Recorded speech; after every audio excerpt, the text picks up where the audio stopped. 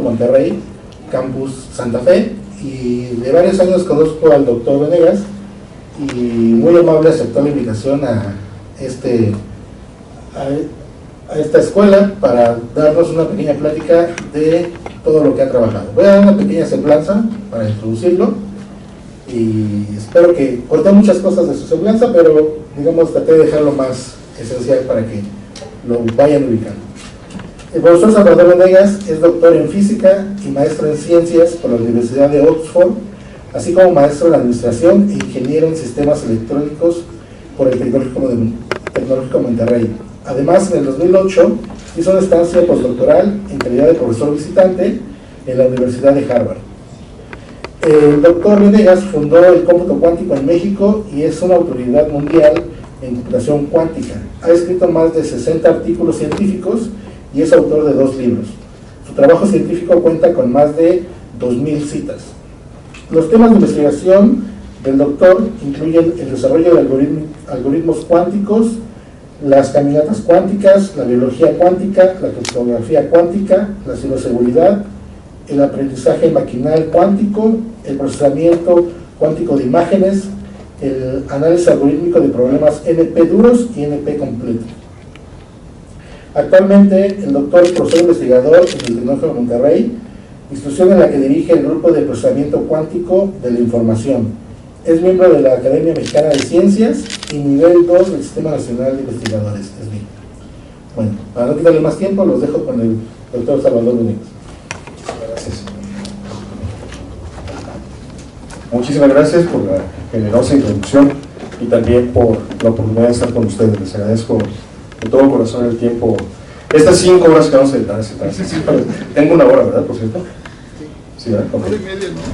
1 hora y media. 1 hora y media. Okay, pregunta, sí. Ok, muy bien. Quiero además agradecerles su paciencia. Vengo desde la hermana República del sur de la Ciudad de México y entonces el tráfico está que para qué les platico, ¿no? Pero yo estoy aquí. Gracias por su tiempo, gracias por su atención y vamos a comenzar. Pues esa plática se titula, ¿no?, Computación cuántica del laboratorio del mercado, porque este título intenta reflejar 2 de las pasiones que siento como profesionista. Una de ellas es la investigación científica, la búsqueda del conocimiento por el conocimiento per se, y también encontrar maneras de convertir ese conocimiento en riqueza. No nada más en riqueza material, de entrada es esa, ¿okay?, pero también es la riqueza que nos permita reconstruir el tejido social de nuestro país. Es también la riqueza que nos permita decirle por qué a un muchacho en cualquier parte de la República que vale la pena dedicar 20 años de su vida al estudio, desde la primaria, secundaria, prepa, licenciatura, maestría, si se deja en el doctorado, ¿no?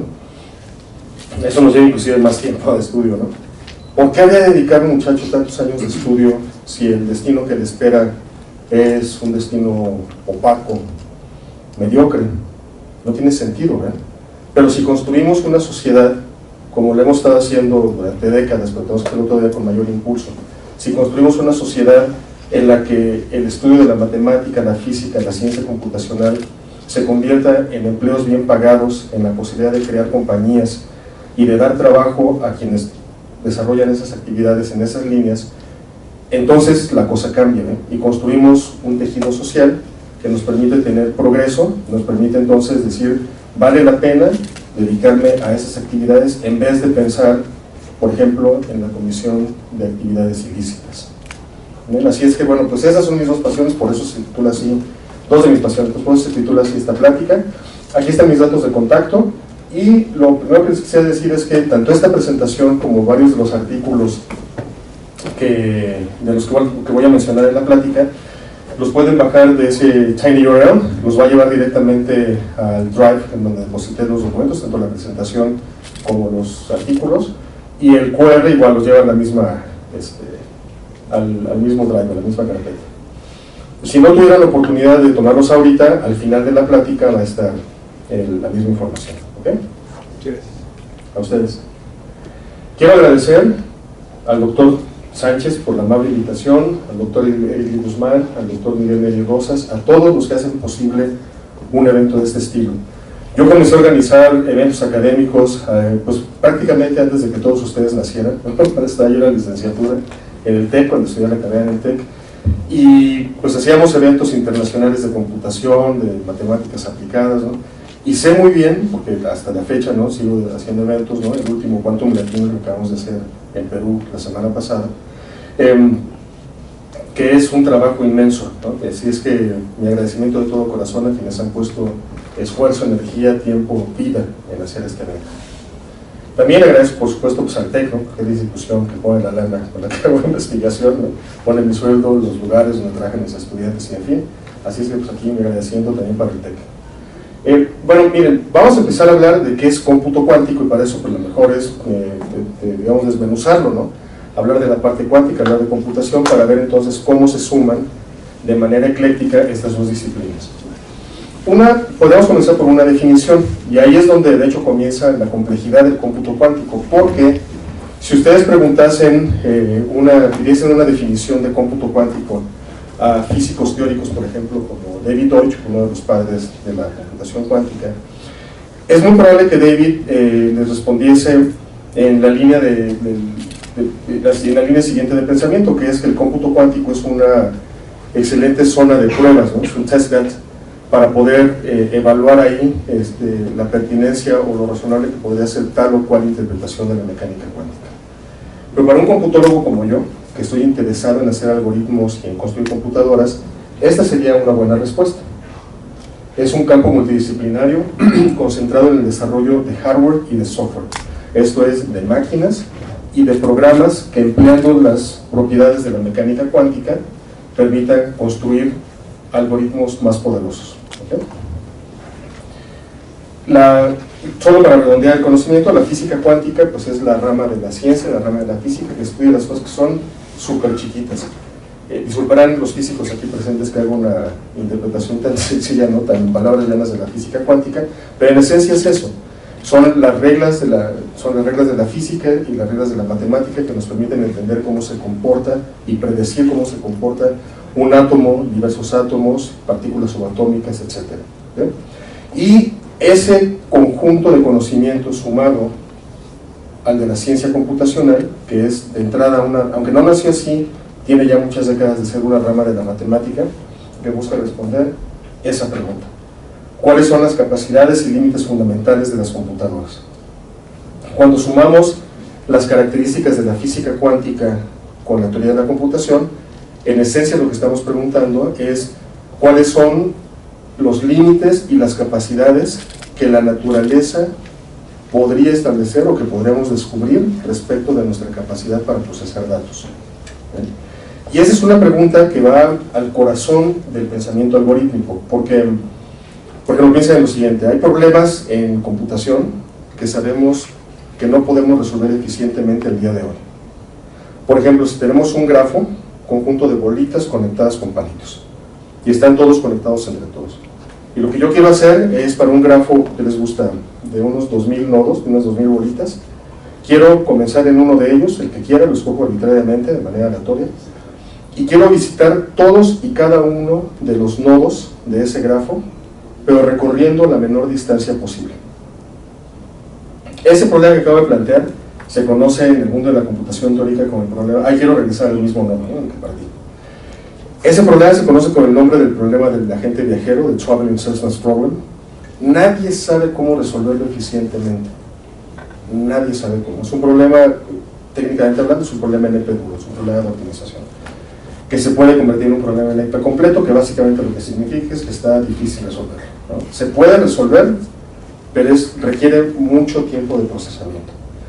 Ahora, una pregunta interesante es: ¿por qué? ¿No? ¿Cuál es la razón por la cual nos toma mucho tiempo ejecutar los algoritmos que hemos desarrollado al momento?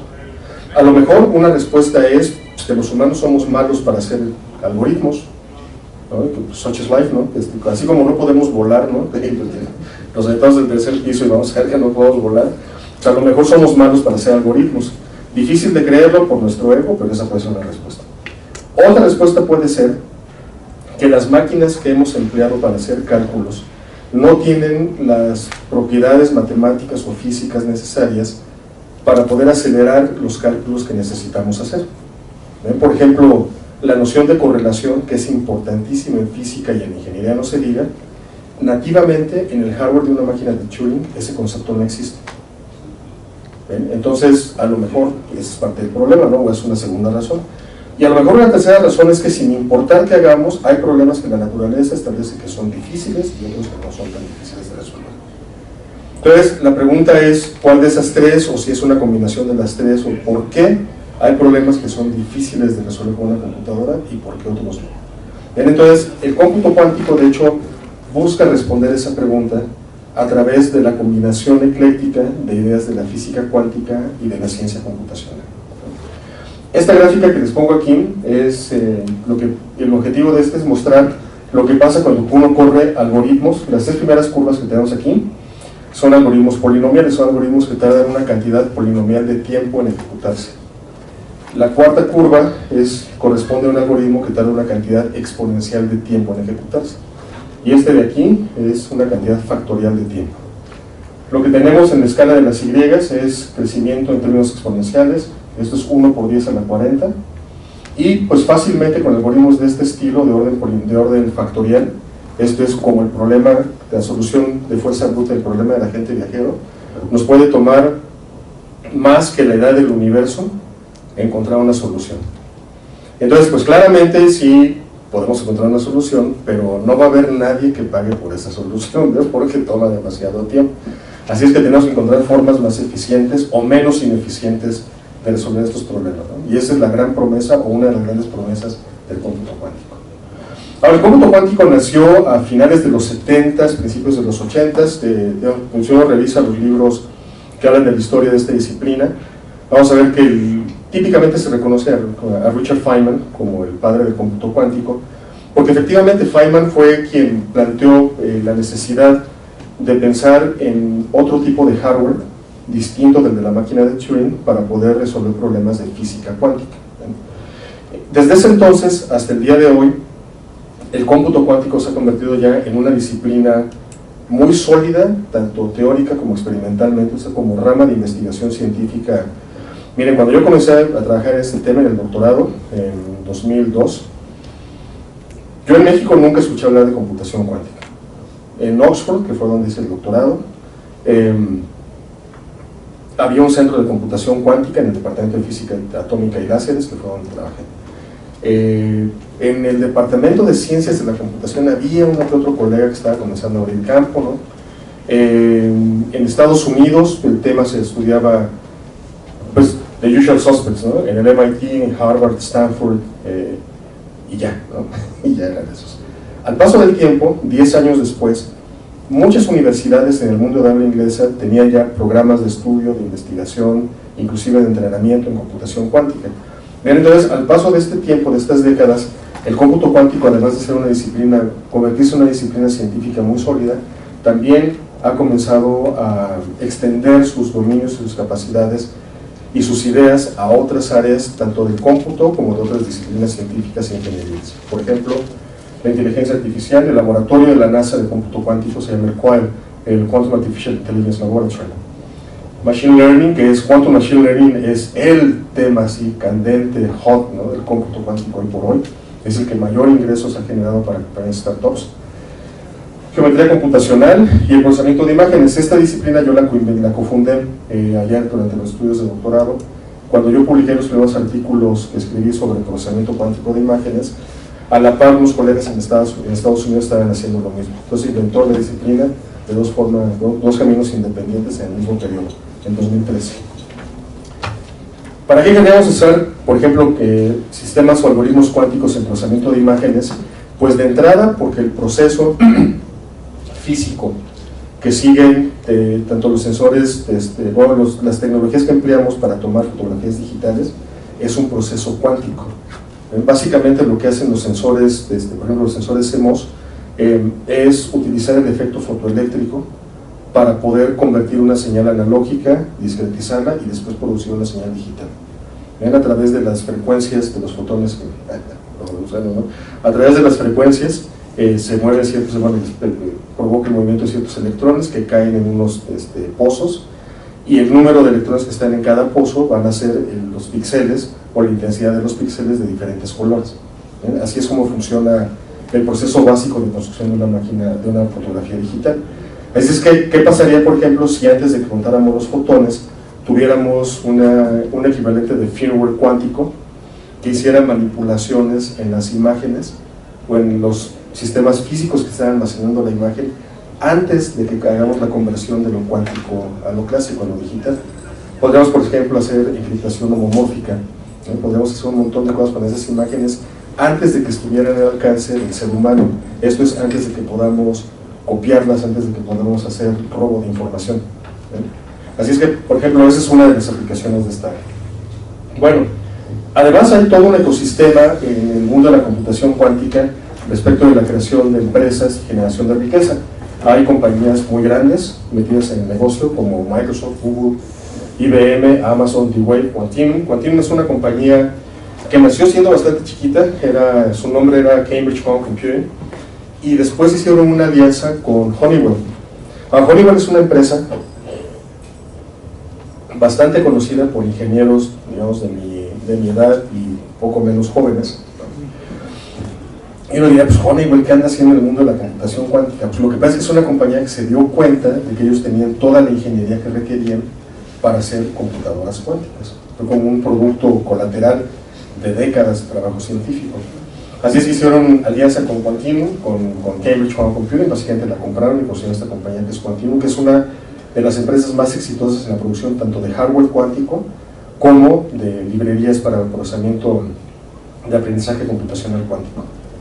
También hay compañías que han pasado de lo grande, de lo pequeño a lo grande, como OneQubit, Rigetti, Quantum South, que es una compañía uruguaya que desarrolla algoritmos cuánticos para problemas de optimización, básicamente de almacenamiento. Xanadu, bastante conocido por sus librerías de procesamiento de Quantum Machine Learning y por procesadores cuánticos ópticos que son una maravilla. Zapata Computing, StrangeWorks, y Cureca, que es una empresa española dedicada básicamente a la construcción de vínculos entre la investigación y la industria, particularmente en la formación e identificación de recursos humanos. O sea, Cureca lo que hace es conseguir o crear oportunidades de trabajo para investigadores, para egresados de maestría, doctorado en el tema, en la industria, ¿no? Está padre. Y gobiernos, hay varios gobiernos metidos en este tema. Por ejemplo, si uno revisa la Quantum Initiative Act del gobierno de los Estados Unidos de América, comienza como solo un documento de los Estados Unidos puede comenzar. Comienza diciendo, a efecto de mantener la supremacía de los Estados Unidos de América en materia de información cuántica. Y vean ustedes lo importante que son las palabras aquí. Siempre son importantes, pero en esto más. No dice, ay, para ganarle tantito a México, como para competirle a China. No, dice, para mantener la supremacía. Esa posición que los Estados Unidos de América han tenido desde la Segunda Guerra Mundial respecto de la ciencia y su uso para tener supremacía en todos los aspectos, habla claramente de un proyecto de nación. Un proyecto de nación que nos guste o no nos guste, lo tiene y los ha hecho convertirse en lo que son. Un proyecto de nación que nos falta a nosotros. Porque este país, ¿saben ustedes? En Silicon Valley y en Seattle, que son los dos grandes centros de desarrollo de software en Estados Unidos, las poblaciones de extranjeros, la primera, o sea, la más frecuente, la más común de encontrar, es gente de India, indios. ¿Saben cuál es la segunda? Mexicanos. Aproximadamente el 30% de mis estudiantes en el TEC, cuando se gradúan, se van a trabajar a Seattle. Y se van a trabajar a Seattle no porque estén así pidiendo a gritos, así les gusta trabajar en Estados Unidos, no es que digan, ay no, Dios, líbrame de ganar muchos dólares, ¿no? No, claro que no están los dólares, ¿no? Pero el punto es la capacidad. Dicen, necesitamos ingenieros capaces. Y no son solamente egresados del TEC, hay egresados del POLI, hay egresados de la UNAM, hay egresados de todas las universidades trabajando allá. Los mexicanos somos muy buenos ingenieros y somos muy buenos científicos. Lo que nos faltan son proyectos grandes que permitan construir cosas aquí. ¿Ven? Entonces, por eso es importante comprender por qué le entran estos países. El Reino Unido, a pesar de que pues malamente en mi opinión, ¿no?, que se decidieron hacer el Brexit y salir de la Unión Europea, parece que ya están entrando en razón y en algún momento van a regresar a la Unión Europea, pero se decidieron salir y a pesar de ello, El gobierno del Reino Unido, ¿qué hizo? Millones de libras inyectados a comunicaciones cuánticas y a computación cuántica, pero sobre todo a comunicaciones. Bien, entonces hay un proyecto de nación detrás de cada una de estas inversiones. No es nada más porque les sobre la lana, no es porque digan, ay, si tengo aquí pues unos 500 millones de dólares que no sé qué hacer con ellos. No, claro que saben qué hacer con ellos. Los invierten porque tienen un objetivo. Ese objetivo es el que nos toca construir a nosotros, ¿no? Con lo poco o lo mucho que le podamos meter a la ciencia en este país. Así es que todos ellos conforman el ecosistema de tecnología cuántica, de emprendedurismo y de compañías grandes que permiten generar esta bola de nieve que es prácticamente imparable, ¿no? Es tanto el dinero invertido, tanto talento, tantos intereses y tantos resultados científicos e ingenieriles que el mundo del cómputo cuántico es ya una realidad comercial que va a continuar creciendo, ¿no? Ahorita el valor del mercado de tecnologías cuánticas es de varios miles de millones de dólares y en breve pues, será de billones, billones en español, o sea, millones de dólares. Bueno, esto respecto de la introducción, ¿no?, del campo en lo general. Vamos a hablar de una parte un poco más científica, técnica. Vamos a hablar, de la diferencia que hay entre los bits y los qubits. ¿Por qué? Porque los bits son la unidad básica de procesamiento en computación digital y los qubits o quantum bits son la unidad básica de procesamiento en computación cuántica y en información cuántica. Un bit lo podemos construir de muchas maneras. Podemos utilizar un relay, podemos utilizar un transistor, palitos y bolitas. A mí me tocó ver en el MIT una computadora grandota, ¿no? Pero grandota, si quiero decir, hagan de cuenta como una cuarta parte de este auditorio, que el colega que la hizo, por divertirse, lo hizo con palos y con bolas de billar. Hizo una compuerta AND, una compuerta NOT, ¿no? Estaba divertido lo que hacía, ¿no? Porque sí hacía cálculos. También podemos construir computadoras así, ¿no? Podemos construir bits. Eso, claro, era lúdico, no era con lo que, pues, para divertirse, ¿no? Y también para mostrar que la tecnología que empleamos para construir computadoras nos provee de ciertas ventajas y desventajas, pero hay muchas formas de hacerlo. Pero el sustrato matemático es siempre el mismo. Los bits son elementos de un espacio escalar, ¿no? Que es o 0 o 1, o carita feliz y carita triste, arriba y abajo, en fin, ¿no? Lo que importa es que son dos etiquetas que empleamos para referirnos a dos estados mutuamente excluyentes del sistema físico con el que estamos haciendo cálculos. Los qubits, que les decía yo, es la forma corta de decir quantum bit, y si ustedes revisan los documentos de la primera generación de físicos que trabajaron en el área, van a encontrarse con los documentos de se me olvidó el nombre, ahorita se los digo, ¿no? Es un físico de la Universidad de Nueva York, se me fue el nombre, ahorita se los digo. La verdad es que este colega era además muy fijado en el tema del inglés y decía qubit se tiene que escribir sin Q, porque hay una regla ahí que nada más él sabía de la lengua inglesa, que decía que tenía que quitarse esta U, pero se quedó la U, todo el mundo la usa, así es que así como lo van a encontrar, qubits como quantum bits como. ¿Qué es un qubit? Básicamente ustedes que son físicos lo van a entender muy bien. Un qubit es un elemento de un espacio de Hilbert bidimensional, eso es, que para el mundo discreto se traduce a un espacio vectorial complejo de dos dimensiones definido sobre los complejos. Eso es un qubit. Ahora, eso nos da al mismo tiempo una idea clara de por qué las computadoras cuánticas se espera que tengan mayor poder computacional que las computadoras digitales, porque la unidad básica de procesamiento tiene más parámetros. ¿Vale? Podemos escribir un qubit de esta manera, como una combinación lineal de una base arbitraria, la que escogiéramos. Típicamente las bases que escogemos en computación cuántica son bases ortonormales, y generalmente de hecho son los qubits 0 y 1, el qubit 0 como el qubit el vector columna 1, 0, y el qubit 1 como el vector columna 0, 1. Es el equivalente de I y J, pero en ceros. Y podemos escribirlo así, o bien podemos escoger esta otra forma de escribirlo, ¿no? Que como podemos ver, pues tenemos parámetros con los cuales podemos jugar, ¿okay? Cuando combinamos qubits lo hacemos a través del producto tensorial. Eso significa que tenemos cada uno de los qubits vive en un espacio bidimensional, y si tenemos n qubits, ese conjunto de qubits, ese registro de qubits, va a vivir en un espacio de dimensión 2 a la n. Y en ese espacio de dimensión 2 a la n caben los productos como ese, ¿no? Que Ψ1 por tensor Ψ2, tensor Ψn, y también existen ahí otros sistemas cuánticos u otras representaciones matemáticas de sistemas cuánticos que no se pueden expresar como productos tensoriales. Esos son los sistemas que están en entrelazamiento cuántico o que tienen algún tipo de correlación cuántica. Las correlaciones cuánticas, como vamos a ver en unos slides, juegan un papel súper importante, por ejemplo, en la construcción de redes cuánticas. Ahorita llegamos a eso.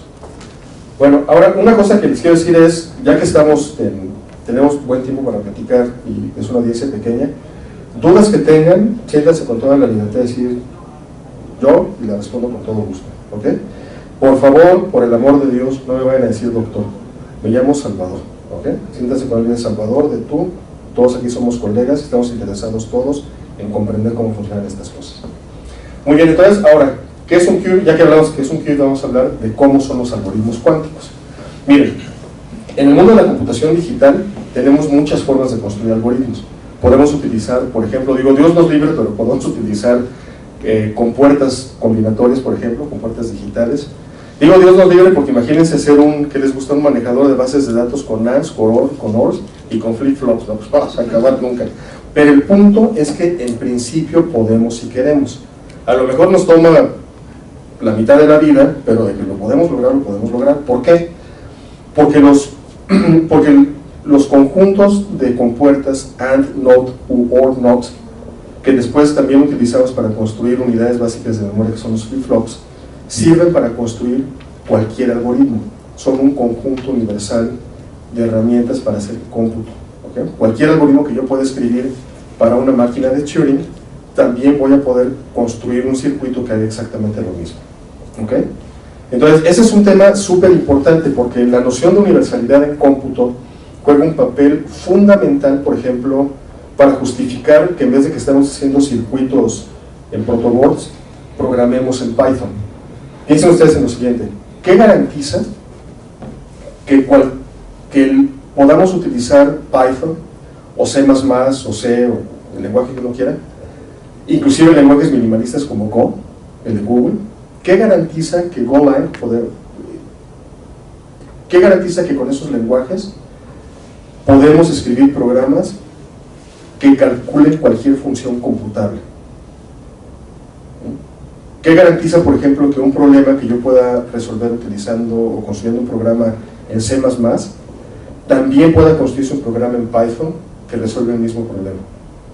La respuesta es, lo que lo garantiza es la demostración matemática de que todos esos universos de programación y de construcción de máquinas computadoras son equivalentes entre sí.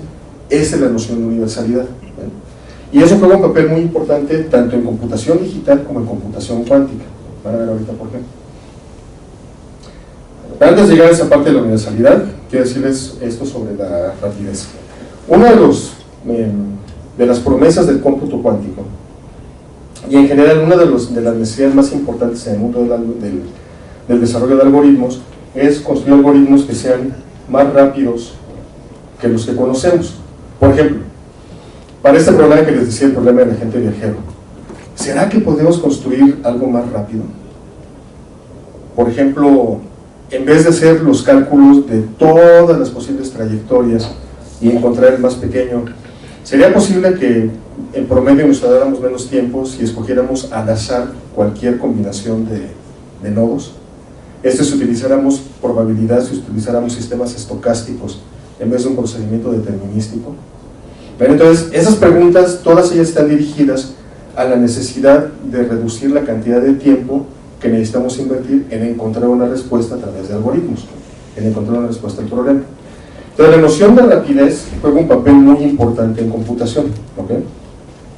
Y esta noción se puede, digamos, es una palabra polisémica. La palabra rapidez en computación significa varias cosas. Una de ellas significa esto: hacer uso de las propiedades físicas de un sistema para hacer las cosas más rápido.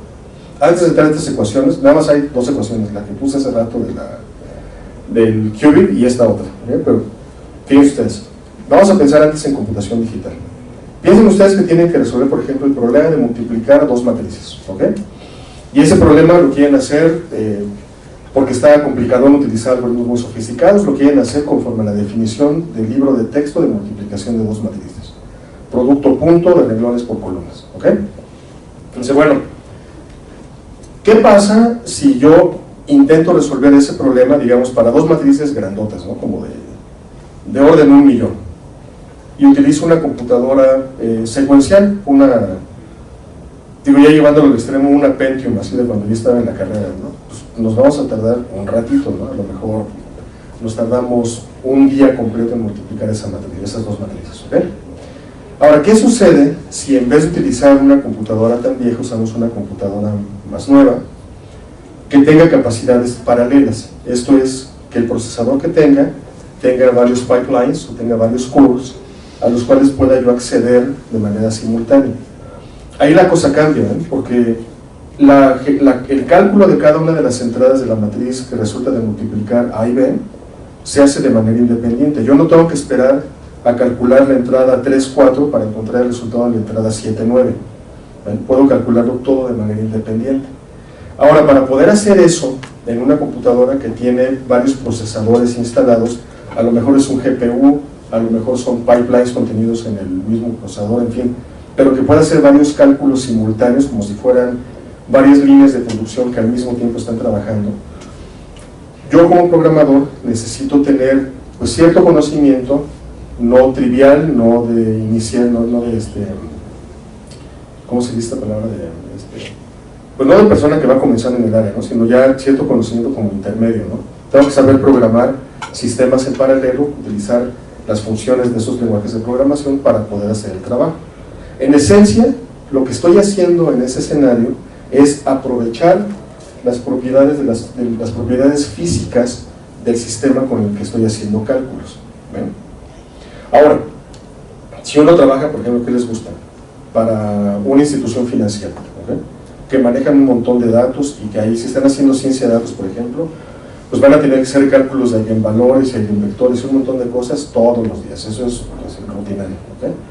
Pero si ustedes hacen uso de las propiedades paralelas de los procesadores para los que tienen acceso y lo hacen bien, pues vamos, bien hecho, porque están dando muestra de competencia, de su capacidad, se formaron bien en la escuela, y eso tiene su retribución, ¿no? Su reconocimiento, pero en esencia lo que estamos haciendo es uso sensato, el uso prudente de la máquina a la que tenemos acceso, ¿ok? Eso es distinto de, además de hacer uso de estas capacidades físicas del sistema, de utilizar otros algoritmos más sofisticados, por ejemplo el algoritmo de Winograd o el algoritmo de Strassen, que en efecto son más rápidos que el algoritmo de multiplicación de matrices conforme al libro de texto. Lo ideal es que el ingeniero que se dedique a escribir esos programas pues sepa ambas cosas, ¿no? Sepa tanto la parte de acceso al hardware como algoritmos sofisticados que permitan hacer las cosas tan rápido como sea posible. Pero son dos escenarios distintos. ¿Hasta aquí claro? Ok. Bueno, la primera parte, en el caso del cómputo cuántico, el aprovechamiento de las capacidades físicas de los sistemas con los que hacemos cálculos, pues fue básicamente el trabajo realizado desde la época de Feynman hasta más o menos 2015, 2016, que fue cuando comenzaron a salir los primeros papers de aprendizaje computacional y otros paradigmas de programación en computación cuántica, ¿okay? Lo que hicimos en ese periodo de los 90s, de los 80s más bien, a 2015, les dije aproximadamente, fue construir circuitos, construir representaciones matemáticas de sistemas cuánticos que empleamos como circuitos. Esta operación que tenemos aquí se conoce con el nombre de paralelismo cuántico. Está bien fácil de describir. Tengo n+1 qubits que voy a hacer pasar a través de n+1 compuertas. N compuertas que llamo H y otra compuerta que llamo identidad, ¿ok? El resultado de esa operación, el resultado de ese proceso físico, si lo pongo en matemáticas, es un sumatorio con una cantidad exponencial de términos.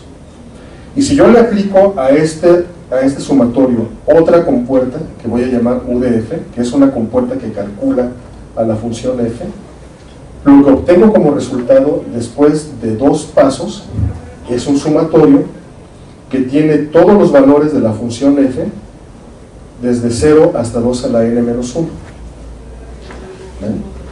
Se llama paralelismo cuántico, ¿por qué? Porque en dos pasos, así que en dos patadas, ¿no?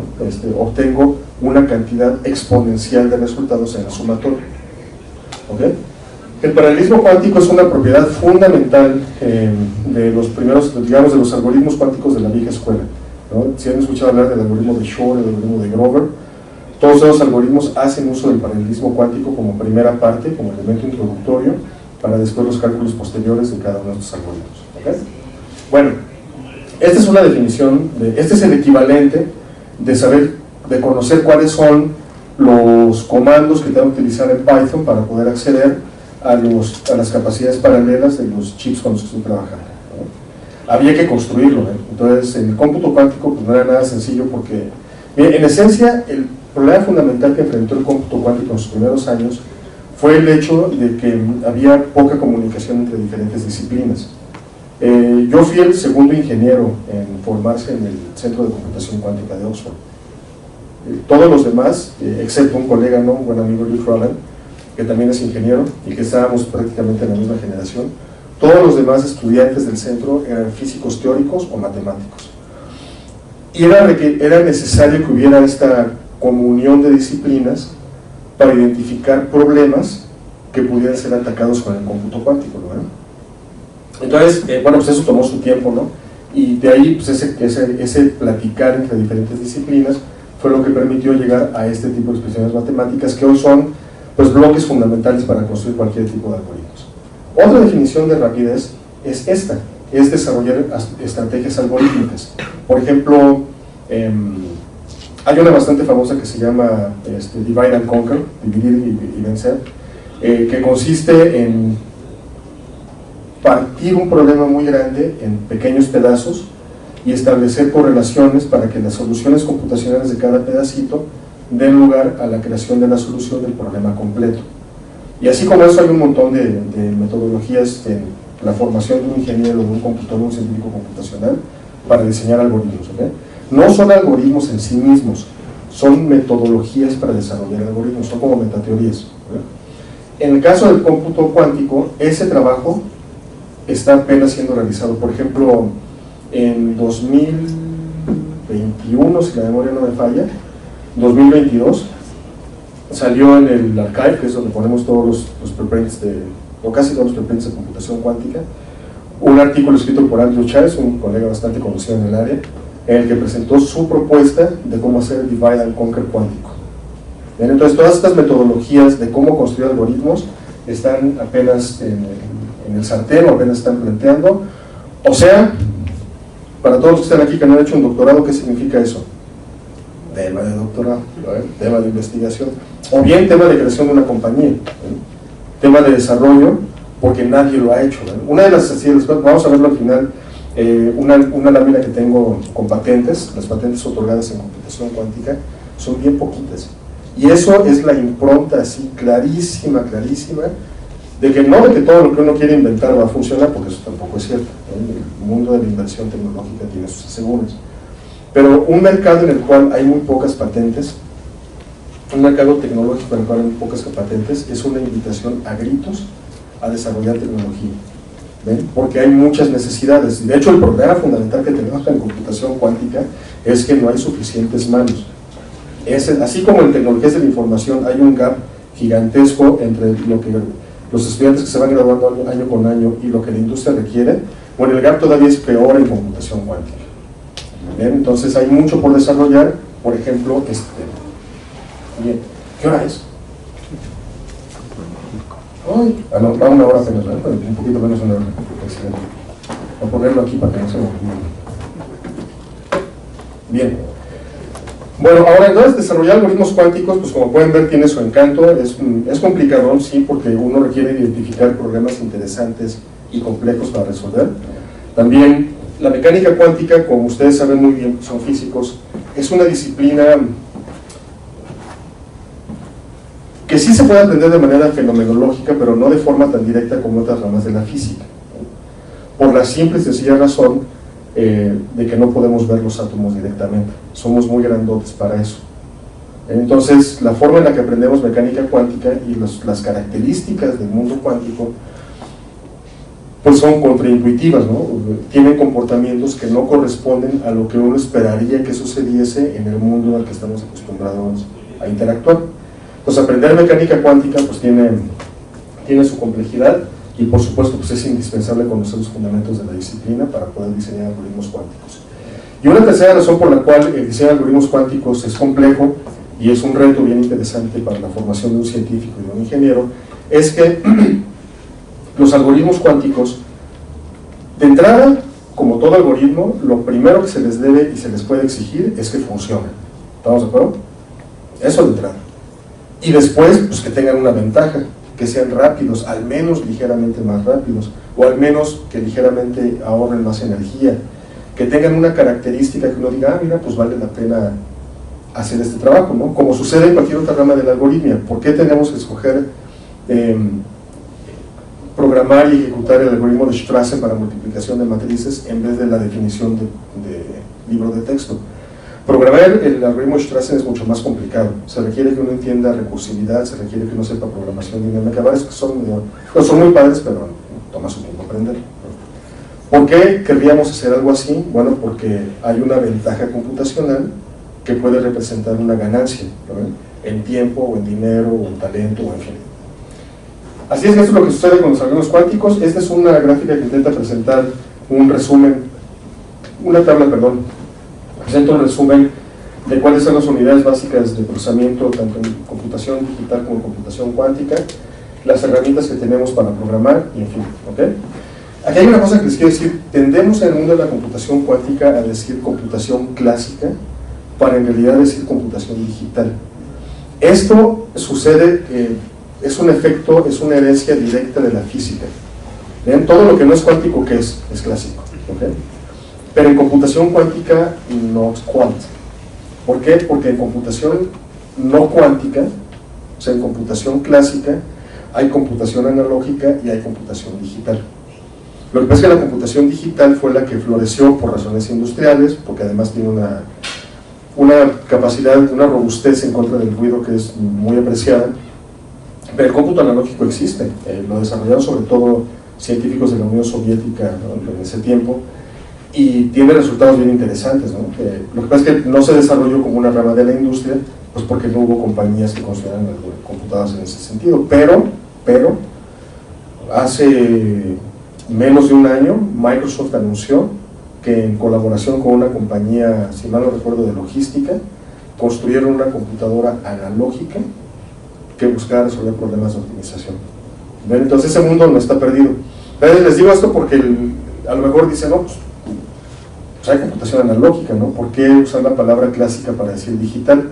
Pues porque es un abuso del lenguaje, esa es la realidad, ¿okay? Entonces lo van a encontrar en todos los libros, todos los papers, pero la distinción puede volverse importante en algún tiempo. Bien, ahora miren, este es un ejemplo de circuitos cuánticos, y les pongo para comparar su comportamiento, un algoritmo digital aquí abajo. Los algoritmos digitales siempre se comportan de la siguiente manera. Tengo un conjunto de datos y las condiciones iniciales del circuito, que pongo aquí, los valores de los bits A, B y C, y conforme pasa el tiempo, la información transcurre o recorre los cables que se encuentran de la izquierda a la derecha, ¿no? Al paso del tiempo y al paso de la información por los circuitos correspondientes, estos bits se van transformando.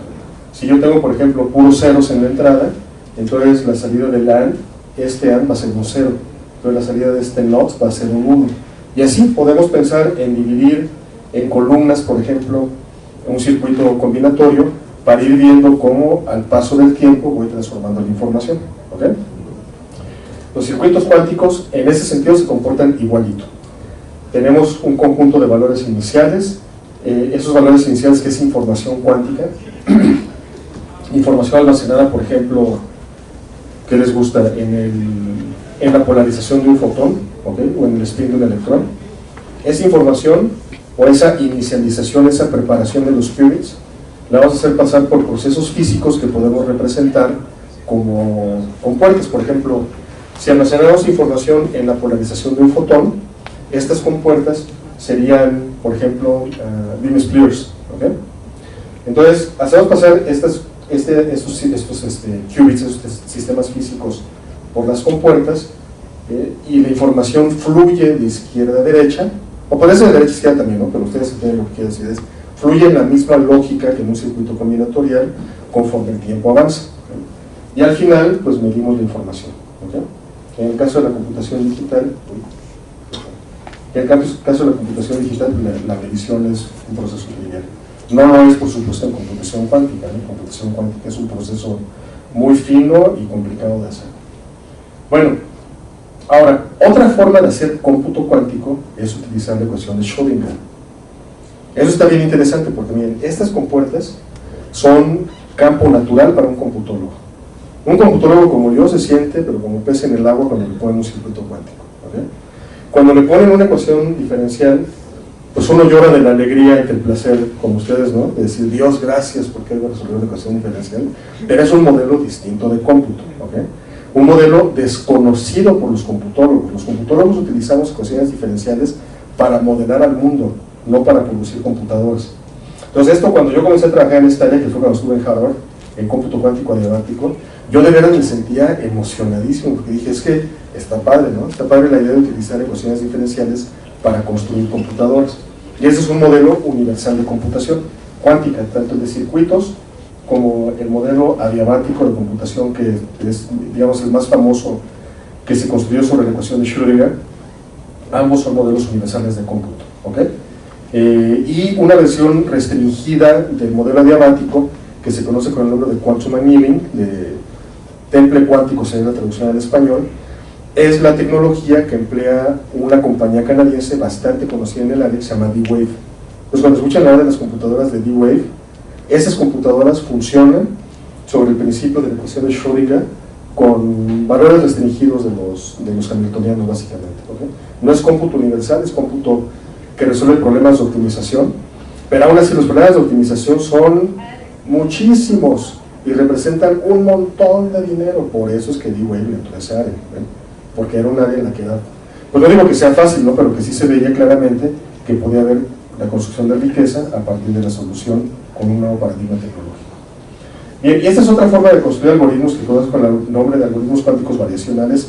En esencia, un algoritmo cuántico variacional es un híbrido que tiene una parte cuántica, esta de aquí, y otra parte clásica o digital. La razón de ser de los algoritmos cuánticos variacionales es que las máquinas cuánticas que hoy tenemos son, grosso modo, el equivalente de los mainframes que tuvimos a principios de los 60, mediados de los 60 del siglo pasado. Esas máquinas, por ejemplo, yo en mi niñez, mi mamá trabajaba en un banco, y había un banco rural. Y en el edificio donde trabajaba mi mamá, en el mezanín estaba el centro de cómputo. Entonces, a mí vienen que hacía el chamaco, ¿no? Cada vez que iba yo al trabajo, no, pues me metía ya a las computadoras, ¿no? Era, pues como se lo pueden imaginar, el centro de cómputo de ese entonces, ¿no? Con cintas, muy frío, etcétera. Pero realmente las máquinas que tenían ahí, pues mi celular tiene varias órdenes de magnitud más poder que las máquinas de ahí. Pero eso era lo que había en ese entonces, ¿no? Era el poder de cómputo limitado, pero había que usarlo para poder generar esta sinergia, este círculo virtuoso de más inversión, más talento, más poder, y en fin, hasta llegar a lo que tenemos hoy. El cómputo cuántico hoy por hoy tiene máquinas que, por ejemplo, no tienen corrección de errores. ¿Ven? Lo vamos a tener en los siguientes 10, 15 años, pero todavía no.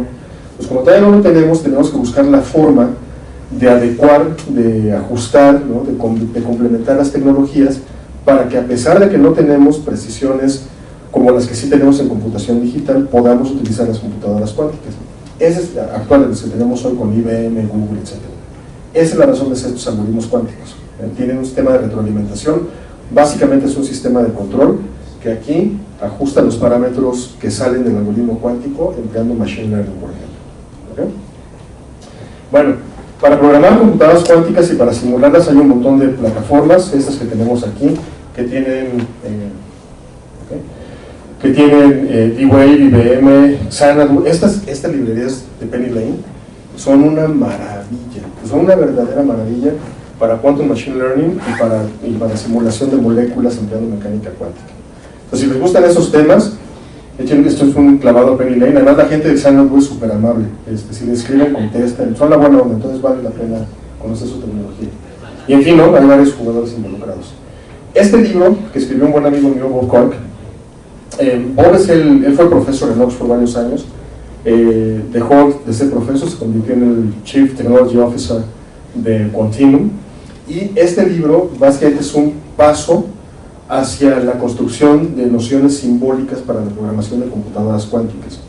Porque programar computadoras cuánticas empleando circuitos es el equivalente a utilizar circuitos digitales, ¿no? Ni siquiera el lenguaje ensamblador.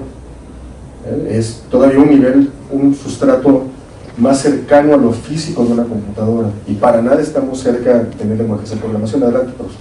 Y sobre las librerías que se están creando por ejemplo, para Python, todavía no se llega al equivalente al ensamblador con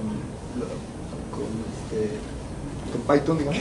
Pues, muy buena pregunta. Hacia allá vamos. Yo diría que en el camino vamos como a la mitad, porque lo que hacen estas librerías es que se comunican a través de una computadora, se comunican con las computadoras cuánticas a través de APIs.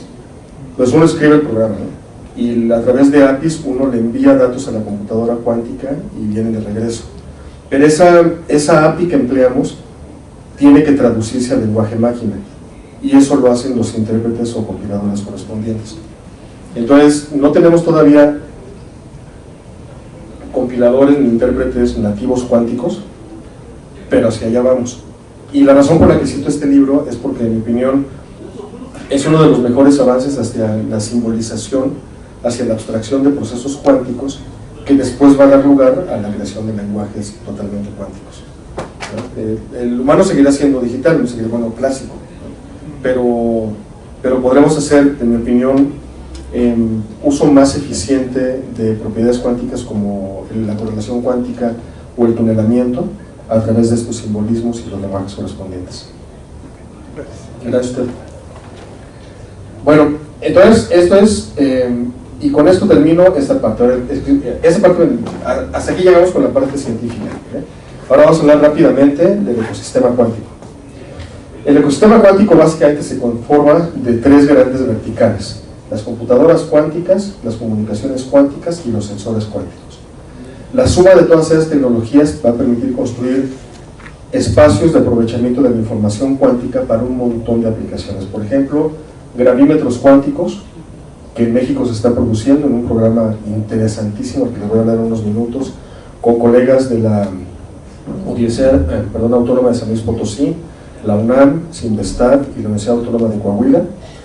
La idea y lo que han estado haciendo, y ya tienen un desarrollo a nivel prototipo, son gravímetros, sistemas que permiten medir cambios pequeños en el campo gravitacional local, que además el aparato lo pueden mover, lo pueden poner, digo, no al lado, porque al lado se quema, ¿no?, pero cerquita de un volcán, o cerquita de donde se espera que haya el epicentro, ¿no?, en la zona donde inician los terremotos.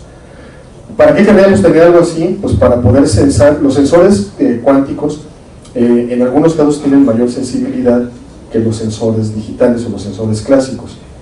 Esa sensibilidad la podemos utilizar para recolectar datos que, transmitidos a través de canales cuánticos y procesados en computadoras cuánticas, probablemente nos permitieran crear modelos más cercanos, más exactos, más precisos de terremotos, de erupciones. Cuando yo escucho, porque lo he escuchado muchas veces, que es imposible hacer modelos de terremotos, de predicción de terremotos, ¿saben qué es lo que escucho? Es cuestión de disciplina, de voluntad férrea hasta que lo logremos. ¿Por qué? Porque no hay ninguna razón física para creer que no podemos construir un modelo el modelo de predicción de un terremoto. Que es brutalmente complicado, sí es brutalmente complicado, tan complicado que no lo hemos hecho. Es no lineal, todos los defectos que uno le quiera poner los va a tener. Pero no hay una razón física fundamental que diga no se puede. Igual que con las computadoras cuánticas. Cuando estas máquinas comenzaron a pensarse teóricamente y a construirse, varios en diferentes medios, ¿no?, decían, no se puede.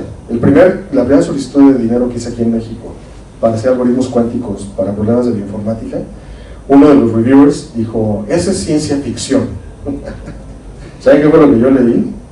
Lo que yo leí es, no sé de lo que estoy hablando, ¿no?, del reviewer, y lo que leí fue, sigue buscando hasta que lo logres. Entonces, de la misma lógica, la construcción de modelos para terremotos, pues sí, diabladamente complicado, pero tenemos que hacerlo. ¿Por qué? Porque zonas como las nuestras sufren mucho por ese tipo de desastres naturales. Este puede ser un buen camino, ¿eh? Sensores cuánticos que transmiten información después a través de canales cuánticos, de redes y que procesamos en computadoras cuánticas. Y como hay un montón de aplicaciones. ¿Okay? Bueno, ejemplos de comunicaciones cuánticas. El protocolo de teletransportación cuántica, que suena como la película de la mosca, ¿no? Pero que no transmitimos masa sino información, ahorita lo vamos a ver, pero para poder entender la importancia y la relevancia del protocolo de teletransportación cuántica, primero vamos a ver un teorema. Este teorema dice que es imposible en el mundo de la computación cuántica, de la información cuántica, crear copias idénticas de un sistema cuántico, de un estado cuántico desconocido. O sea, si yo tengo psi igual a alfa 0 más beta 1, pero no sé quiénes son alfa y beta, solo sé que son números complejos, es imposible hacer una copia de ese qubit. ¿Ok? Yo diría, pues como el meme, ¿no? En el que sale Kiko, pues así que chiste, ¿no? Pues no, o sea, por ejemplo, en el mundo de la computación digital, ¿eh? Antes de que yo estudiara la maestría y el doctorado, trabajé varios años para la Comercial Mexicana. Mi trabajo ya era programar bases de datos. Entonces, la primera regla que aprende una persona que trabaja con bases de datos es: haz una copia de la base de datos. No se te ocurra, por Dios santísimo, trabajar sobre la base de datos de producción, porque le cambian los precios a las televisiones, ¿no? Y las vas a vender en 3 pesos, ¿no? Digo que si las compra uno, pues padrísimo, ¿no? Pero eso va a significar que lo corran a uno, ¿no? Bien, entonces, lo primero es copia de la base de datos. ¿Y qué datos tiene la base de datos? Pues quién sabe, ¿no? Pues por eso, o sea, pues es gigantesca. Bueno, pues esa copia no la podemos hacer con computadoras cuánticas. Esa característica que uno diría, pues como que está muy restringido, ¿no? En realidad es una superventaja. Nos permite, por ejemplo, construir protocolos de criptografía, de que vamos a hablar en un momento, el protocolo BB84, que tiene mayores niveles de seguridad que cualquier otro protocolo de creación de llaves privadas. ¿Por qué? Por la misma razón, porque no podemos copiar información cuántica. Pero el hecho de que no podemos copiar información cuántica tiene una implicación bien importante en comunicaciones, porque todas las comunicaciones, tanto analógicas como digitales, requieren repetidores. ¿Vale? ¿Por qué? Porque la señal se cae, es un proceso físico, ¿no? Pierde potencia y se cae. Y más se va a caer con computadoras con canales cuánticos, porque lo que estamos enviando son fotones individuales. Entonces, ¿cómo le hacemos para repetir si no podemos copiar? La respuesta es a través del protocolo de teletransportación cuántica. Porque este protocolo, que tiene un canal cuántico y tiene aquí, aunque no esté dibujado, tiene un canal de comunicación clásica, teléfono por ejemplo, o telégrafo, lo que uno quiera, o una fibra óptica que transmite digitalmente. Este protocolo me permite tomar la información contenida en un qubit que está aquí en este recinto y la voy a poder transferir, no copiar, pero sí el alfa y beta que definen el estado cuántico de este sí que tengo en una caja electromagnética aquí. Voy a poder, a través del protocolo de teletransportación cuántica, transferir esa misma información a Coahuila, a Boston, a donde se me dé la gana, siempre y cuando tenga un canal cuántico. ¿Lo ven? Entonces, el protocolo de teletransportación cuántica es una herramienta que permite sustituir la necesidad de tener repetidores con la transferencia de datos. Es un paradigma distinto de transmisión de información, pero que podemos utilizar para resolver el problema de creación de comunicaciones cuánticas. Y claro, uno de los epítomes de este proceso es construir Internet cuántico. ¿Okay?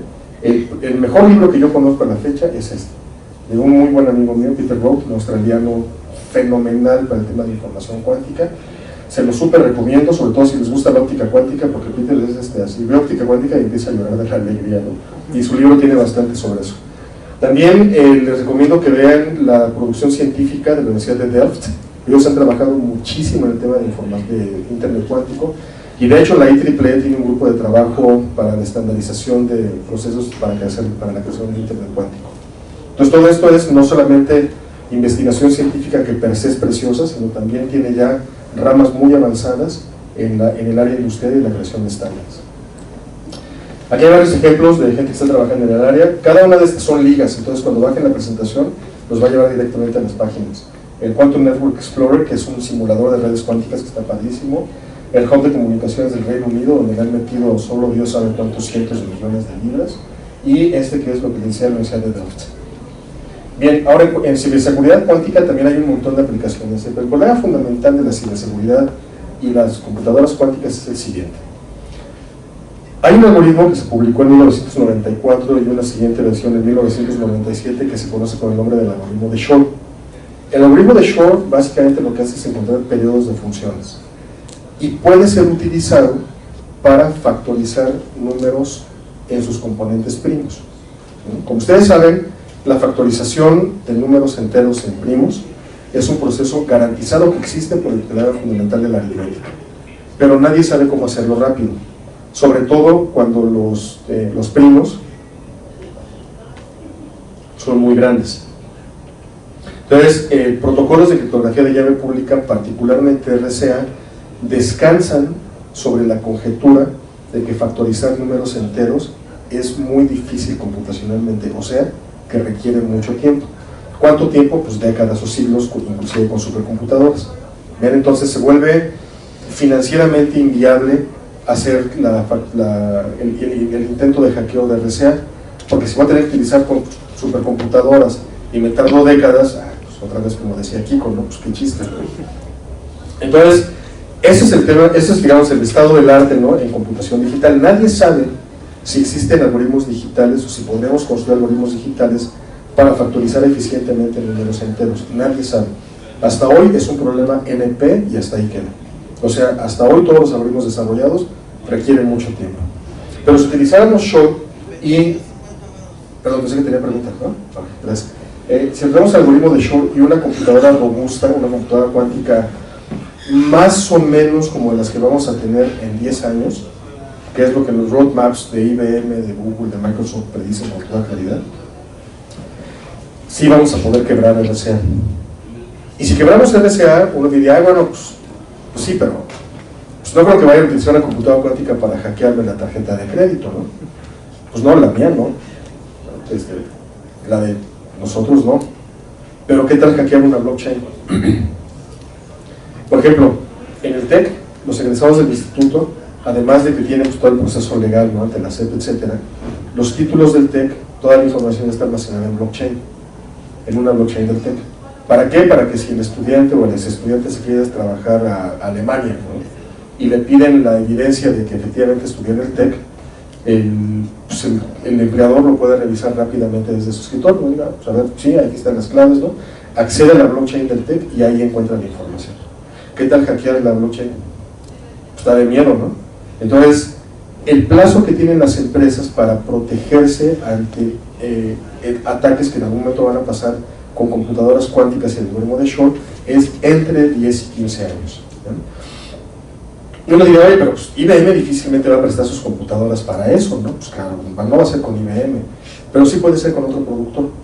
Porque piénsenlo, las computadoras en los 60s las hacía pues, IBM, ¿no?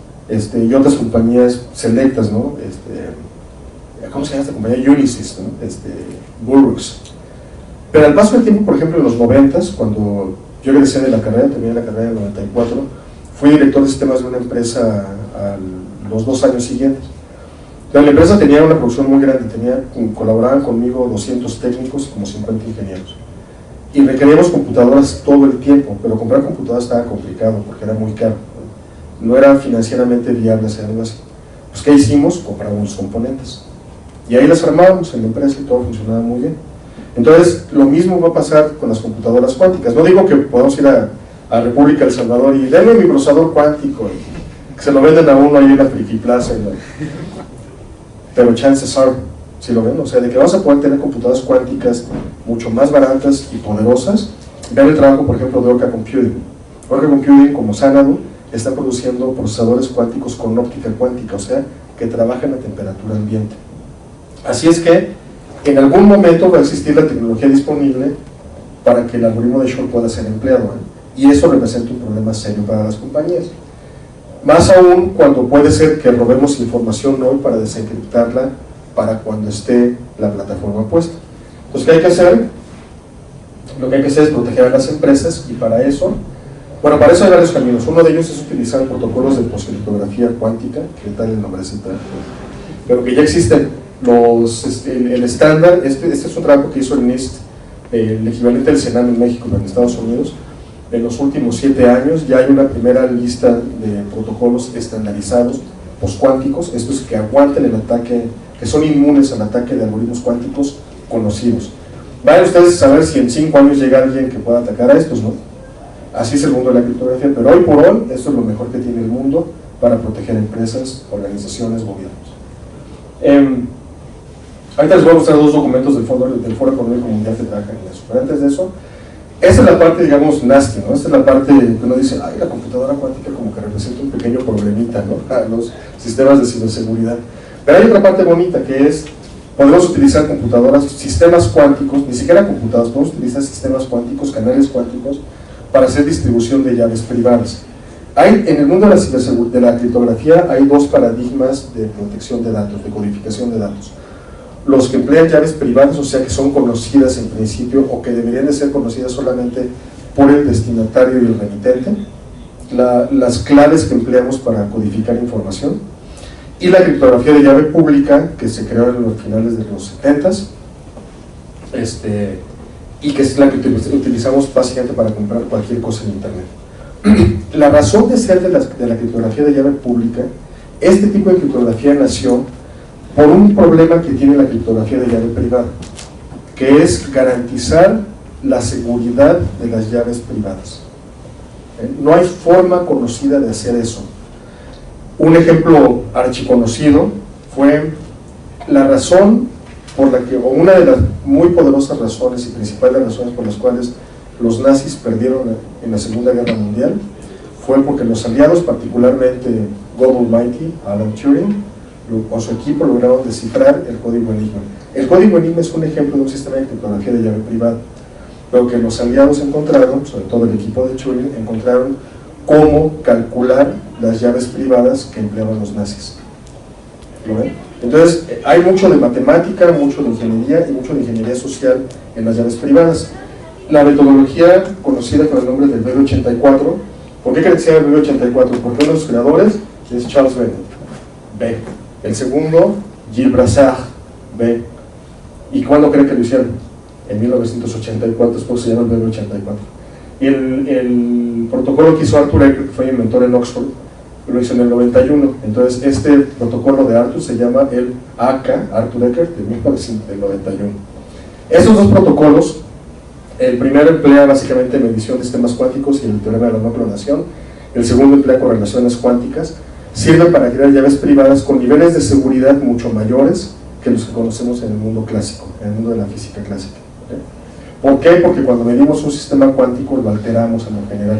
Entonces esa alteración se puede detectar, a diferencia del mundo digital. ¿Saben ustedes? Les voy a pasar un tip de todos los jóvenes que quieran ser consultores. Una de las reglas que todo consultor tiene que aprender es nunca hablar de sus clientes ni en aviones ni en elevadores. ¿Saben por qué? Porque no sabes quién te está escuchando. En el elevador, pues a lo mejor viene el director de la empresa contraria, ¿no? Le están dando datos. En el avión, pues a lo mejor adelante viene la persona de la que estás hablando, alguien que lo conoce, y no hay forma de controlar la información que uno esté emitiendo. Lo que yo diga se esparce y se escucha igualito que como lo dije.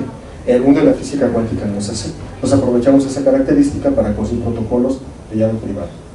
Bueno, otra super aplicación de la tecnología cuántica en comunicaciones, generación de números aleatorios, que es endiabladamente complicado de hacer en el mundo digital, en el mundo clásico en general. Mucha gente cree que es fácil hacer números aleatorios y no es cierto, es de lo más complicado que hay. Con mecánica cuántica lo podemos hacer y de manera mucho más sofisticada en el sentido de la seguridad de que son aleatorios que en el mundo clásico. Bueno, este es un artículo que escribí con Quantinuum, de hecho, y con los colegas del Banco Interamericano de Desarrollo sobre cómo utilizar tecnología cuántica para proteger blockchain de ataques de computadoras cuánticas. Pues ahí está. Ese es uno de los artículos que subí al Drive y también es Open Access, tú lo pueden bajar de Scientific Reports sin problema. Bueno, estos 2 papers de los que voy a hablar, que publicó el Foro Económico Mundial en 2022 y 2023, de los cuales yo soy coautor, yo tengo el honor de trabajar en un think tank del Foro Económico Mundial en materia de ciberseguridad cuántica y tecnología cuántica en general.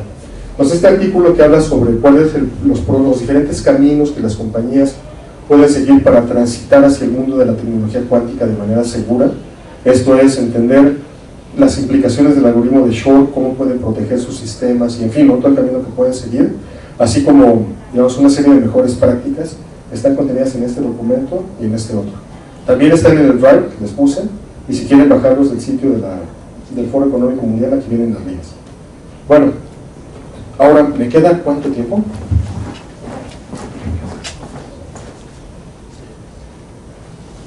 ¿Me quedan 6 minutos? 6 minutos, ok, voy a probar, gracias. Ahora les voy a hablar rápidamente bueno, esto lo tocamos rápido ya al principio, pero para redondear, es el ecosistema de computación cuántica. A ver, les quiero mostrar esto. Esta gráfica, este slide, tiene las fotografías de 8 de los fundadores del cómputo cuántico en primera y segunda generación. La razón por la que la pongo es porque quiero que vean lo nueva que es esta disciplina y las grandes posibilidades de desarrollo que tenemos. De todos ellos, solamente Richard Feynman ya no está con nosotros. Todos los demás, no nada más siguen vivos, siguen trabajando. David Deutsch se da sus vueltas por Oxford. No tenía el privilegio de compartir la oficina con David, nunca iba, ¿no? Pero cuando iba, pues era toda una celebridad estar con él, ¿no? Peter Shor fue el hombre que inventó el algoritmo de Shor, y así. Entonces, todos ellos siguen trabajando, y eso les da una muestra muy clara de lo nuevo que es este campo, ¿okay? Y de las grandes oportunidades de desarrollo que hay. Las compañías de las que les hablé hace rato, ¿no? Que producen tecnología cuántica, particularmente computadoras, las compañías pequeñas, y esta es la gráfica que les quería, de las que les hablaba de las patentes. En 2020, el número de patentes otorgadas fue poquito más de 1100. Eso es nada. Esta gráfica la saqué de una página que se llama lens.org, que básicamente conjuga las bases de datos de Europa, Estados Unidos, Japón, Canadá, prácticamente todo el mundo, incluyendo algo de China, no todo de China, pero sí una buena parte de China. Entonces, 1100 patentes es nada en el mundo tecnológico. Ustedes revisan el número de patentes que se han otorgado, por ejemplo, en el mundo de los hidrocarburos, del petróleo, hablamos de decenas de miles cada año. Entonces, este es un súper indicador de que hay mucho por hacer y en consecuencia hay muchas posibilidades de crecimiento, ¿no? Estos son 4 de ese conjunto total de papers del Foro Económico Mundial sobre materia de tecnología cuántica. Los 2 primeros hablan de principios de gobernanza, que es un tema bien importante para buscar la forma en la que todos los países, no solamente los que hoy, los ricos que pueden invertir en la producción de tecnología cuántica, sino todos los que participamos en el concierto de las naciones, podamos buscar el beneficio en diferentes áreas de la tecnología cuántica. De eso trata este documento, vale mucho la pena leerlo. Principios de computación cuántica, ¿no? Y los otros 2 de seguridad que les mencioné hace unos minutos. Bueno, el ecosistema cuántico mexicano se compone de un montón de personas. Somos, para eso una idea, aproximadamente el 90-95% de quienes somos investigadores activos en el área formamos parte también de la División de Información Cuántica de la Sociedad Mexicana de Física. Esos son algunos de los colegas que quería yo mencionar en esta reunión, todos ellos pues, ilustres científicos mexicanos que han hecho varias contribuciones importantes. Por ejemplo, este laboratorio de Sinvestar de tecnologías cuánticas es una chulada, ¿no? De veras es una cosa preciosa. Trabajan en la construcción de protocolos 984, quien dirige este laboratorio es la doctora Karina, muy querida colega de toda la comunidad científica. El profesor Roberto Ramírez, que trabaja en óptica cuántica, y así cada uno de los soldados que están aquí han hecho contribuciones importantes. Cuando bajen la presentación también están las ligas de sus sitios, ya sea de los personales o de sus grupos de investigación. Y este es el documento que contiene el conjunto de tecnologías cuánticas en las que hemos estado trabajando en México en los últimos años. Ese es un esfuerzo, es el resultado de un esfuerzo bien importante de la División de Información Cuántica que lideró el que entonces era su presidente, Eduardo Gómez, colega de la Universidad Autónoma de San Luis Potosí.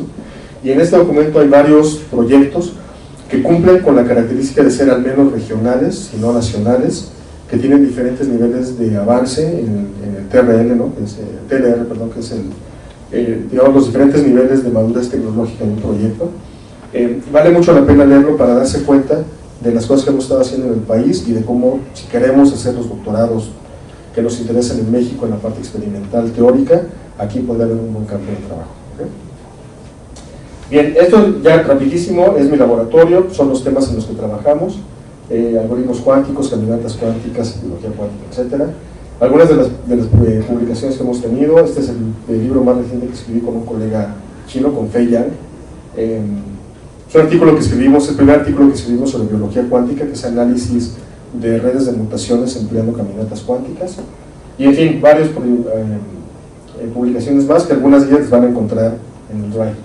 Este es el muro de Facebook que construí hace tiempo, Quantum Information Science and Technology in Latin America. Aunque el nombre esté en inglés, casi todo el mundo escribe en español. Se van a escribir en inglés, español, francés y portugués, que es los idiomas que hablamos en América Latina. Y aquí hablamos de un montón de cosas, desde búsqueda de trabajo, oportunidades de investigación, en fin, ¿no? Entonces, si les da de escuchar lo que estamos haciendo en América Latina, únanse y ahí vamos a circular mucha información. Este es un curso de computación cuántica que grabé hace ya algunos años, en 2017. Está en español. El objetivo de este curso, son 40 horas de formación, es abrir la puerta. Miren, el inglés es la lengua franca de la ciencia. Quien no habla inglés en la ciencia realmente está en un problema muy serio, ¿okay? Pero al mismo tiempo, no tiene que ser el acceso a una lengua una razón para no poderse formar, ¿okay? Entonces, si tenemos problemas con el inglés, en lo que mejoramos, en paralelo podemos aprender computación cuántica. Y para eso hice este curso, totalmente gratuito, con la libertad de acceder. Yo espero el próximo año tener tiempo de hacerlo un poco mejor, ¿no? Con un poco más de edición, pero por lo pronto aquí hay un montón de material que pueden utilizar para aprender los básicos de la computación cuántica, principales algoritmos, etc. Esta es la página del grupo de investigación, si le quieren echar un ojo a las publicaciones que tenemos. Quantum Latino es un evento que hacemos cada año, aunque el próximo año no lo vamos a hacer, sino en 2025. Y el objetivo de Quantum Latino es ser un escaparate de lo que hacemos en materia de ciencia, tecnología y emprendedurismo en tecnología cuántica. Acaba de pasar la última edición, la hicimos la semana pasada en Perú, y ahí está. Busquen en esta liga, ahí viene toda la información del canal de YouTube, todos los videos de las presentaciones, etc. The Quantum World Day es una iniciativa mundial de la que soy representante en México. 14 de abril, entonces invítenme el 14 de abril para que se vengan a hablar de computación cuántica, con todo gusto, claro, en esos días. Y conclusiones, hay muchas que podemos sacar, pero miren, esta fue la primera computadora que yo programé. La compré en Tepito, tenía yo 9 años, la compré con la lana que saqué boleando zapatos, vendiendo libros usados y siendo cerillo, en la Comer, de hecho, la Comer como que me ha perseguido toda la vida. Y esta, 40 años después, poquito, no tanto, 30 años después, fue la primera computadora cuántica que programé. Este es el procesador cuántico de D-Wave, el primero que salió, ¿okay? ¿Por qué pongo esto? Porque en menos de la mitad de un ciclo de vida, 30 años, tuve acceso y podríamos poner entre la necesidad y el privilegio de tener acceso a dos de las tecnologías más importantes del siglo XX y el siglo XXI. ¿Qué creen que les va a pasar a ustedes? Mínimo les va a pasar esto, si no es que más, si no es que les toca vivir 2 o 3 revoluciones más de tecnología. Entonces, aquí estoy predicando entre conversos, porque ¿qué es lo que sigue que les diga? Es que la matemática y la física y la computación son los pilares fundamentales de esta tecnología. Pero bueno, eso ustedes ya lo saben, y tan lo aman que están en una de las grandes instituciones de este país en esa materia. El punto es este: vamos a vivir un montón de cambios tecnológicos más todavía, y el punto es aprovecharlos. ¿Para qué? Para crear un mundo en el que quepamos todos. ¿Ven? Cuando yo pienso en este país, al que amo con locura juarista, y esa ha sido mi bendición y mi desgracia, pienso en que una de las cosas que más me disgustan de este país es que nos encanta ponernos adjetivos y etiquetas. Este es de escuela pública, este es de escuela privada, este es negro, este es blanco, este es chaparro, este es alto, este es gordo, este es flaco, todos somos mexicanos. No hay necesidad de dividirnos, al contrario, hay necesidad de unirnos, de trabajar, porque todos estamos del mismo lado de la cancha. Estamos del lado de la cancha del progreso, del crecimiento. No hay mayor felicidad para mí que ver triunfar a mis estudiantes y a los estudiantes de otras universidades. ¿Ven? No importa de dónde vengan, ni qué, no me importa, lo que importa es que triunfen. ¿Por qué? Porque el brillo que hay en los ojos de quien logra crecer, eso es una bendición. Eso es algo que representa mucho trabajo y que realmente es el culmen, es el verdadero pago del trabajo de un investigador, de un científico, de un profesor. Entonces, Necesitamos construir un mundo en el que quepamos todos, y vamos a comenzar por un país en el que quepamos todos. Un país en el que los estudiantes no digan, perdón por la expresión que voy a utilizar, pero que es muy usada en el norte, es mejor 3 años de rey que una vida de güey. O sea, es mejor 3 años de vivir de lo ilícito, aunque sé que me van a matar, que estar 30 años trabajando como burro sin recibir recompensa, porque así fue como le pasó a mi papá, que estudió, no mi papá, no, sino en este ejemplo, de técnico en refrigeración y trabajó como burro y nunca se compró ni siquiera una casa de Infonavit. Hay que construir un país en el que quepamos todos y quepamos bien. Y para eso tampoco hay necesidad de inventar el hilo negro. La ciencia y la tecnología son vías regias para crear ese progreso económico en el cual podamos justificar, decirle a un hijo, vas hasta el doctorado y olvídate de todo lo demás. ¿Por qué? Porque ahí vas a encontrar no solamente una forma de crecer plenamente en lo intelectual y en lo mental, sino también una forma de vivir muy decorosamente. Pero les agradezco muchísimo su tiempo y la atención que han puesto, y estoy para servirles cualquier duda que tengan. Gracias.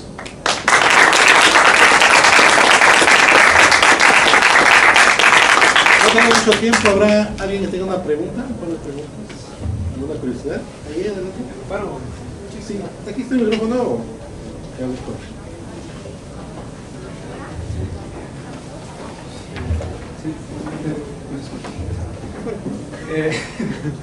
¿Qué consejo daría usted, digamos, qué consejo daría usted para, digamos, llevar una vida académica relacionada a este tema y también incorporarse al mundo laboral, digamos, no únicamente la academia? Ya. Gracias por la pregunta. Bueno, yo lo primero que les recomendaría es, mínimo, hagan una maestría. Pero si pueden hacer un doctorado, mucho mejor. Porque realmente el nivel de expertise que se requiere hoy por hoy en el mundo del cómputo cuántico, hay diferentes opiniones ahí. Hay colegas que dicen que ni la maestría es necesaria. Yo estoy en total desacuerdo con eso. Eso va a pasar dentro de 30 años, ¿no? Como hoy sucede con el cómputo digital, que puede ser inclusive una carrera técnica y tener un camino decoroso.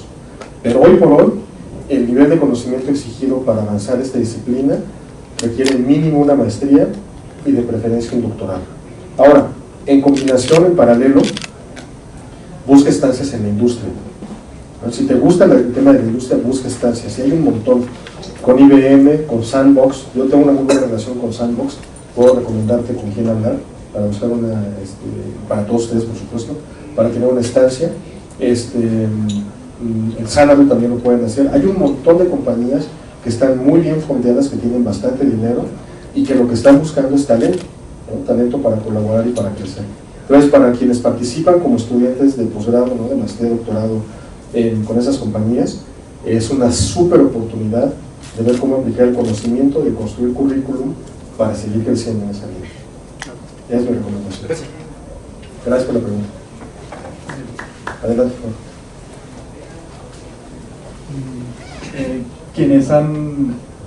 Supongo que quienes están más interesados en esto de la computación cuántica son los bancos, por el asunto de las transacciones. La pregunta es si se han acercado los bancos con ustedes para preguntarles, oye, ¿cómo implanto los algoritmos cuánticos para criptografía? Esa es la pregunta. Ok, sí, la respuesta es los bancos y diría yo las instituciones financieras en lo general son, y de hecho es una cosa tradicional de esa área. Las instituciones financieras se distinguen por ser early adopters, ¿no? Los primeros en comprar supercomputadoras como los Thinking Machines, de las que, si la memoria no me falla, Feynman era inversionista, fue American Express y otras compañías de ese estilo.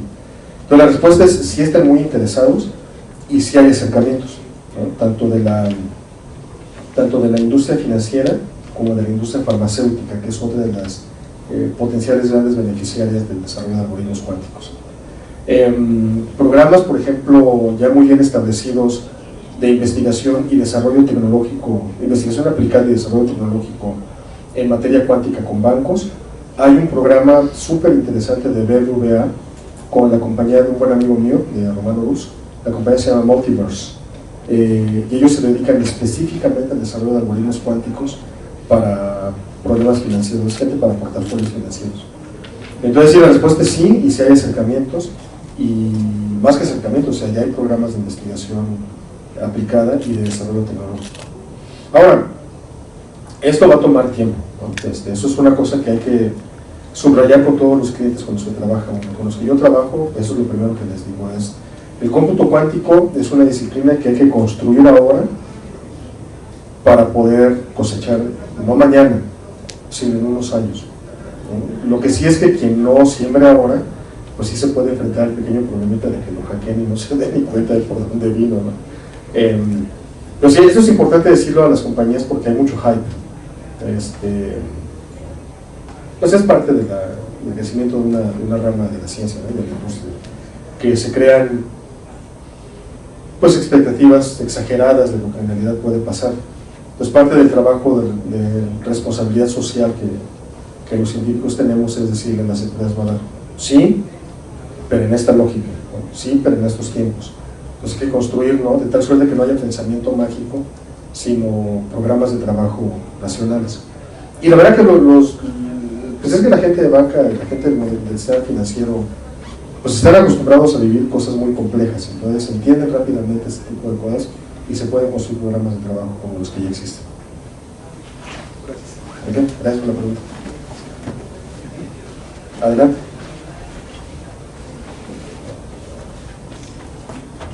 Buenas tardes. Una pregunta, bueno, son dos. La primera sería, ¿cómo saber que una tecnología de verdad es viable, por ejemplo, para una tecnología cuántica? Una aplicación es viable para una tecnología cuántica. Por ejemplo, pues, no tiene caso hacer un hola mundo cuántico. Y la segunda es, por ejemplo, yo ya estoy empezando a ver en el SIC, hice en el servicio social, y ahí empecé a hacer que hacer mi tesis de tecnología cuántica. Incluso ya empecé con librerías como Lambek y Qiskit. Entonces, ¿usted tiene un grupo, por ejemplo, para principiantes?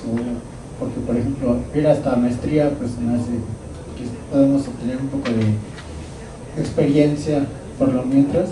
Entonces, esas serían mis dos preguntas. Ok, gracias. De la primera era, ¿cómo detener una aplicación? ¿Cuál tecnología sería buena para empezar o cómo sabes que una tecnología es buena para algo cuántico?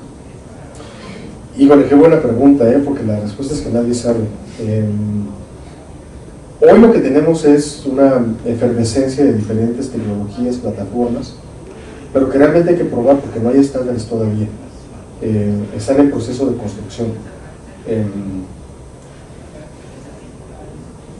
Sí, yo colaboro con un equipo de la IEEE en el análisis y construcción de estándares para comunicaciones cuánticas, y es eso, o sea, bueno, inclusive, por ejemplo, en computación cuántica, la noción de complejidad computacional todavía no está bien definida para todos los modelos de cómputo.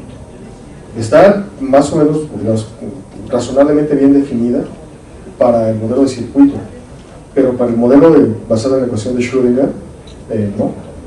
Como se cuenta es pues, con el reloj, ¿no? ¿Cuánto tiempo se tardó? Entonces, realmente la respuesta a esa pregunta es el trabajo en comunidad te va a dar mucha información. Las comunidades en computación cuántica, en computación en general, juegan un papel súper importante. Escuchar a los colegas, que este ya trabajó con Qiskit. Por ejemplo, una de las críticas que yo tengo de Qiskit es la sintaxis, pareciera que la pensaron en hacerla complicada, ¿no? Es como la sintaxis, pues, no sé, de C, ¿no? Que le dice, pero es que no la podían hacer un poquito más sencilla, ¿no? O sea, sí es poderoso y todo, pero por Dios santísimo, ¿no? Tiene esa dolencia, ¿no? Que es una dolencia importante cuando uno comienza a construir programas grandes, y dice, no, ya llevo 2000 líneas y esto ya se convirtió en un viacrucis, ¿no? Entonces, las tecnologías tienen eso, tienen algunas características buenas, otras tolerables, otras que terminan siendo un problema al paso del tiempo, pero es precisamente la retroalimentación en comunidades lo que permite mejorar. No identificar y decir, no, esto realmente hay que cambiarlo, ¿no? Esto funciona muy bien, ¿no? Y así ir mejorando las herramientas, porque estándares no hay todavía.